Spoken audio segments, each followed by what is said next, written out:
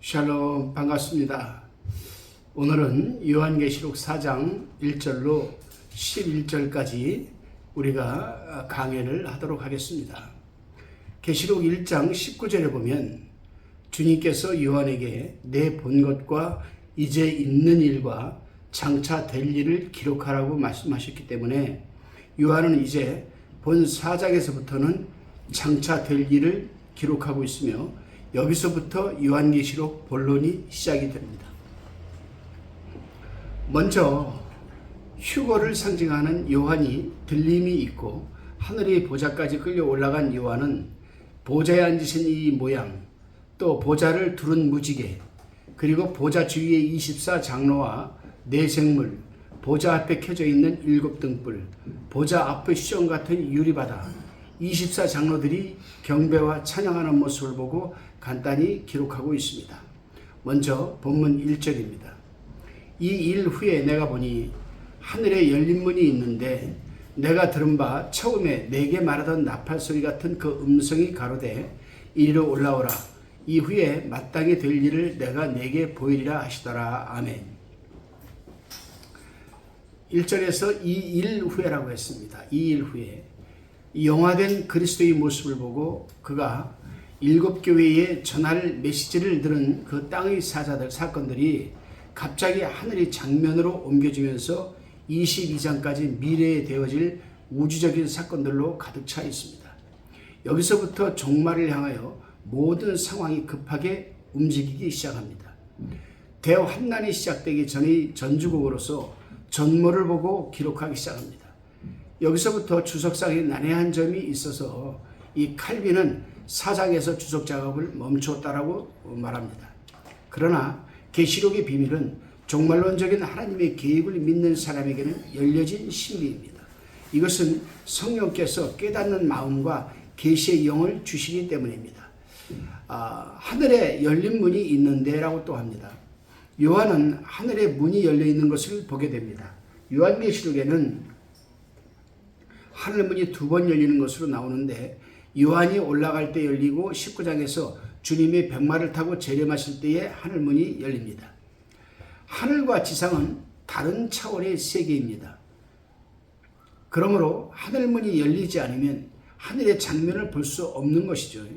그래서 선지자들이 하늘의 이상을 볼 때에는 언제나 하늘문이 열렸습니다. 에스겔서 1장 1절에 참고하시기 바랍니다. 요한은 계시록에서 하늘을 단수로 50회 정도 사용했습니다. 땅과 반대되는 개념으로 하늘을 언급한 것입니다. 성경에 보면 하늘문이 자주 열리는 것을 우리는 읽을 수가 있는데 예수님께서는 세례 받으실 때에도 하늘문이 열렸고 스데반이 환상을 볼 때에도 하늘문이 열렸으며 베드로의 환상에서도 하늘문이 열렸습니다. 이러한 그 말씀들은 마태복음 3장 16절, 또 마가복음 1장 10절, 사도행전 7장 56절, 사도행전 10장 11절에 기록되어 있습니다. 하늘문은 여기서 열린 채 그대로 있습니다. 지금 이것은 하늘을 들여다볼 수 있는 계시의 문이죠. 앞에서 우리는 기회의 문 3장 8절입니다. 또 마음의 문 3장 20절을 보았는데 여기서는 계시의 문을 보게 됩니다. 하늘의 일은 검은 베일에 가려져 있기 때문에 하나님이 문을 열지 않으면 절대로 볼 수가 없습니다. 하나님께서 계시의 문을 여셨다는 것은 미래의 종말론적 사건을 인간들에게 알리고 싶은 하나님의 그 의도를 나타내는 것입니다. 나팔소리 같은 음성이라고 했습니다. 하나님의 음성과 나팔소리가 병행해서 나옵니다. 데살로니가전서 4장 16절을 참고하시기 바랍니다. 요한이 들은 나팔소리 같은 그 음성은 1장 10절에서 들었던 음성과 같은 것으로 곧 예수 그리스도의 음성을 의미합니다. 주님의 음성이 나팔소리 같이 들린 것은 확실하게 들을 수 있는 강력한 여러분 음성, 이 메시지였음을 시사하는 겁니다. 이리로 올라오라 합니다. 나팔소리가 나고 주님의 음성이 들리는 이 장면은 휴거 장면과 흡사합니다. 환난전 휴거설을 주장하는 사람들은 이리로 올라오라는 말이 대환난전의 교회가 들림받는 모형으로 제시된 것이라고 말하기도 합니다. 사도 요한은 셋째 하늘로 부름을 받았습니다. 마땅히 될 일이 그에게 보이고자 주님은 그를 하나님이 보좌에 있는 곳으로 들어 올리신 겁니다. 요한은 미래의 일을 미리 보도록 허락을 받았다는 의미입니다. 이제 다시 4장 2절을 보겠습니다. 2절 말씀에 내가 곧 성령에 감동하였더니 보라 하늘에 보좌를 베풀었고 그 보좌 위에 앉으신 이가 있는데. 아멘. 사도 요한이 성령에 감동하였더니라고 합니다. 요한은 이리로 올라오라는 음성과 동시에 육체와는 상관이 없는 초자연적 황홀경에 지금 들어간 겁니다. 성령에 감동했다는 말은 영 안에 있었다는 뜻입니다. 그가 육체로 들림받은 것이 아니라 영으로 보좌까지 올라간 것입니다.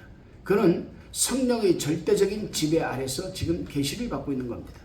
그 보좌 위에 앉으신 이가 있는데 라고 합니다. 사도 요한은 하늘로 올라가서 하나님의 보좌를 보게 됩니다. 이사야도 하나님의 보좌를 보았다라고 이사야서 6장 1절에서 기록하고 있습니다. 하나님의 보좌는 대환난 때 심판의 현장이 될 겁니다. 보좌는 절대적인 위엄과 권세의 상징으로 나타나 있습니다. 세상의 모든 보좌는 하늘 보좌의 통치를 받습니다. 요한은 그 보좌 위에 앉으신 하나님을 보았습니다. 보좌가 비어있지 않았다는 말씀입니다. 3절입니다. 3절. 다시 4장 3절. 앉으신 이 모양이 벽옥과 홍보석 같고 또 무지개가 있어 보좌에 들렸는데 그 모양이 녹보석 같더라. 아멘. 앉으신 이 모양을 지금 이 사도 요한은 보았는데 그분을 보고 그 모양이 보석 같다고 말했습니다. 구체적으로 입, 코, 눈 같은 형상은 표현하지 않고 있습니다. 하나님은 어떤 형상이 아니라 빛이기 때문입니다. 시편 기자는 하나님이 옷을 입은 같이 빛을 입으셨다라고 시편 104편 2절에서 증거하고 있습니다. 사도 바울도 디모데전서 6장 16절에서 주님은 가까이 가지 못할 빛에 거하시고 아무 사람도 보지 못하였고 또 볼 수 없는 자라고 증거하였습니다. 여기서 하나님은 보석으로 반사되는 찬란한 빛으로 지금 묘사되어 있는 겁니다. 그런데 그 보석이 벽옥과 홍보석이라고 했습니다. 하나님을 찬란한 빛으로 표현한 사도 요한은 그 빛이 벽옥과 홍보석의 빛 같음을 지금 증거하고 있습니다. 벽옥이 붉은색인지 푸른색인지 확실치 않지만 맑고 투명한 보석이면 틀림없습니다. 벽옥은 거룩성과 정결함을 의미합니다. 홍보석은 붉은색으로 된 그 보석입니다. 영어로는 사디어스라고 되어 있지만 이것은 사대에서 발견된 보석임을 뜻합니다. 어떤 번역에는 홍옥수로 번역되어 있기도 합니다. 그래서 카멜리안, 즉 홍옥수로 번역된 것도 있습니다. 벽옥이 위엄, 거룩, 순결을 뜻하는 반면 홍보석은 진노와 심판을 뜻하는 겁니다.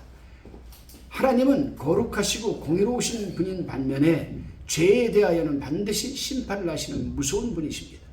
특별히 대환난 때 하나님의 진노가 무섭게 쏟아질 것입니다. 우리는 계시록 4장, 5장, 6장의 대환난과 심판 전에 있을 하늘의 장면임을 우리는 기억을 하고 들어야 됩니다.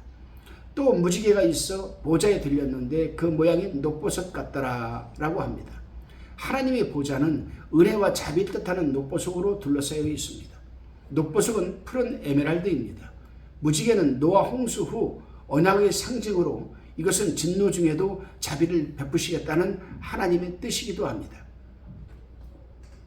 하나님은 이 시대에 믿는 자들에게는 진노가 임하지 않을 것을 약속하셨습니다. 창세기 19장 22절, 데살로니가전서 5장 9절에 기록되어 있습니다.